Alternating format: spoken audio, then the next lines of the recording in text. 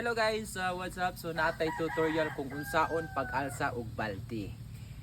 Kung inyong buhaton, nga ni inyong buhaton guys, ayaw gyud na inyong buhata. Kay naay tendency nga inyong hawak mapiang, mabali og labi sa tanan pwede ka mabakol.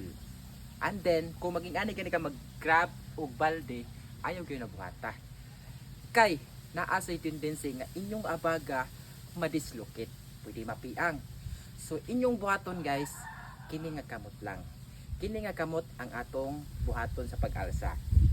Ang atong himuon na is ato lang i-exercise. Atong i-exercise, patuyok-tuyok, pikas na pod, patuyok-tuyok. Ang pinaka-importante guys is ang up and down. Atong i-up and down ang atong kamot.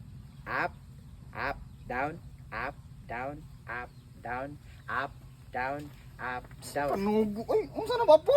Balik ko kasi sa balde. Tapulaan na doon yung tawana. Eh, Kadiutra. asa yung butang? Ato dito. Ato squan kan.